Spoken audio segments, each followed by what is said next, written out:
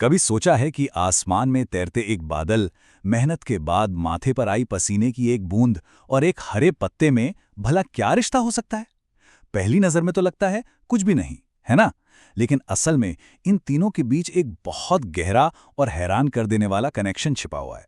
आज हम उसी की पड़ताल करेंगे। हाँ, ये सवाल थोड़ा अजीब जरूर लग सकता है, पर इसका जवाब हमारे ग्रह को चलाने वाले सबसे जरूरी साइकिल्स में से एक में छिपा है। तो चलिए इस पहेली को सुलझाते हैं। अपनी इस खोज की शुरुआत करते हैं सबसे बड़े पैमाने से, मतलब उस विशाल सिस्टम से जो इस धरती पर सब कुछ आपस में जोड़ता है। और वो है पृथ्वी का कभी न खत्म होने वाला जल चक्र। तो ये जल चक्र या वाटर साइकिल आखिर है क्या चीज? देखिए, इसे ऐसे समझिए कि ये पानी का एक कभी ना खत्म होने वाला सफर है। एक ऐसी यात्रा जो पृथ्वी और वायुमंडल के बीच अरबों सालों से चल रही है। और इस विशाल इंजन को चलाने वाले सिर्फ दो ही ड्राइवर हैं। एक है सूरज की जबरदस्त एनर्जी और दूसरा है गुरुत्वाकर्षण का अचूक खिंचाव। ये पूरा का पूरा साइकिल बस 4 आसान स्टेप्स में होता है। सबसे पहले सूरज की गर्मी समंदर और नदियों के पानी को भाप यानी वाटर वेपर बनाकर ऊपर उठाती है। फिर ऊपर जाकर यही भाप ठंडी होती है और वापस छोटी छोटी बूंदों में बदल जाती है। और हाँ, इसी से बनते हैं बादल। जब ये बूंदें भारी हो जाती हैं तो बारिश या बर्फ के रूप में वापस जमीन पर गिरती हैं।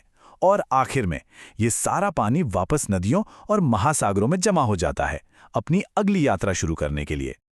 अच्छा, ये तो हो गई पूरे ग्रह की कहानी। लेकिन जो बात इसे और भी ज्यादा दिलचस्प बनाती है वो ये है कि यही विशाल साइकिल हमारे बहुत करीब एक बेहद पर्सनल लेवल पर भी काम करता है। तो अब बात करते हैं हमारे शरीर की। हमारे अंदर भी एक नेचुरल कूलिंग सिस्टम है जो इसी बड़े वाटर साइकिल का एक छोटा सा लेकिन बहुत ही जरूरी हिस्सा है। पसीना आना, हम सब इसे महसूस करते हैं, लेकिन ये सिर्फ गर्मी से होने वाली कोई परेशानी नहीं है, बल्कि हमारे शरीर का एक शानदार सर्वाइवल टूल है। पर यह इतना जरूरी है क्यों? पसीना या स्वेदन असल में शरीर का अपना एक एयर कंडीशनिंग सिस्टम है। जब हमारा शरीर गर्म होने लगता है तो त्वचा पानी छोड़ती है और यही पानी है जो हमें ठंडा रखने का सारा काम करता है। और यहीं पर वो कनेक्शन बिल्कुल साफ हो जाता है। जैसे वाटर साइकिल में सूरज की गर्मी पानी को भाप बनाती है, ठीक वैसे ही हमारे शरीर की गर्मी पसीने को भाप बना देती है और इस प्रोसेस में हमारी त्वचा ठंडी हो जाती है। ये एक तरह से हमारा अपना पर्सनल इवेपोरेशन है। चलिए, अब और भी छोटे माइक्रोस्कोपिक लेवल पर चलते हैं उस प्रोसेस को देखने के लिए जो इस धरती पर लगभग सभी जीव जंतुओं को एनर्जी देती है। और ये होता है पौधों के अंदर। फोटोसिंथेसिस के लिए एक पौधे को 3 चीजों की जरूरत होती है, बिल्कुल किसी रेसिपी की सामग्री की तरह। उसे चाहिए हवा से कार्बन डाइऑक्साइड, जमीन से पानी और इस पूरी प्रक्रिया को एनर्जी देने के लिए सूरज की रोशनी। अब सवाल ये उठता है कि पौधे इस सोलर एनर्जी को पकड़ते कैसे हैं? इसका जवाब है क्लोरोफिल में। ये वही हरा पिगमेंट है जो पत्तों को उनका रंग देता है और एक छोटे सोलर पैनल की तरह काम करके सूरज की सारी एनर्जी सोख लेता है। ये पूरी प्रक्रिया एक छोटी सी फैक्ट्री की तरह काम करती है।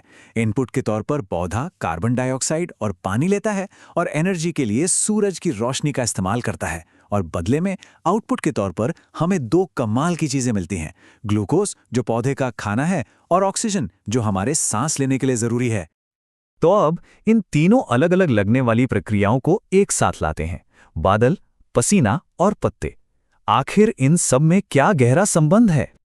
पहला और सबसे महत्वपूर्ण कनेक्शन है सूरज। जी हां, सोलर एनर्जी ही वाटर साइकिल को चलाती है और फोटोसिंथेसिस को भी शक्ति देती है। सूरज के बिना ये दोनों प्रक्रियाएं पूरी तरह से रुक जाएंगी।